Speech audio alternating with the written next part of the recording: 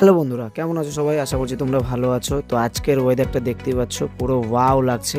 তো বন্ধুরা মিলে প্ল্যান করলাম যে আজকে একটু মাস্তি হবে আর কি। তো সবাই মিলে ঠিক করলাম যাব আজকে হচ্ছে গরিবের সুইমিং পুলে। অ্যাকচুয়ালি যাব আজকে আমাদের গঙ্গারামপুরে হিমঘরে। তো সকলে অনেকেই তোমরা ওখানকার ভিডিও দেখেছো, জায়গাটা খুব ভাইরাল। তো সবাই যাচ্ছে, ভাবলাম আমরাও আজকে প্ল্যান করেছি যে আজকেও আমরা যাব। সো ফাইনালি আমরা বেরিয়ে গেলাম। দেখতে পাচ্ছ আজকে কিন্তু ফুল জোশে মাস্তি হবে। আর অনেকদিন পর ভিডিওতে এলাম, তো ফুল এনার্জেটিক আমিও আছি আজকে।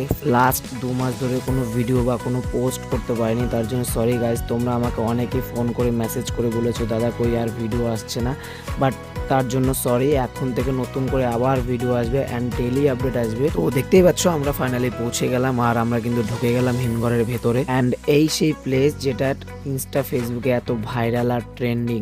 এই জায়গাটার ব্যাপারে কিছু ভালো কথাও শুনেছি, কিছু খারাপ কথাও শুনেছি। তো ফালতু আমি এখানে কিছু বলতে আসবো না। আর হ্যাঁ, জলটা কিন্তু মোটেও ভালো না। তোমরা যারা অলরেডি স্নান করেছো তারা তো জানোই, আর যারা স্নান করতে নেক্সট টাইম যাবে তারা 5 থেকে 10 মিনিটই স্নান করবে, তার থেকে কিন্তু বেশি করবে না, কারণ জলটা খুবই নোংরা।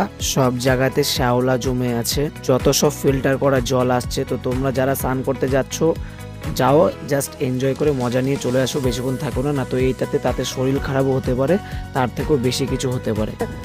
কেমন লাগবে রে? এই বলেই শেষ করছি ভিডিওটা। লাইক কমেন্ট শেয়ার করে দিও। বাই।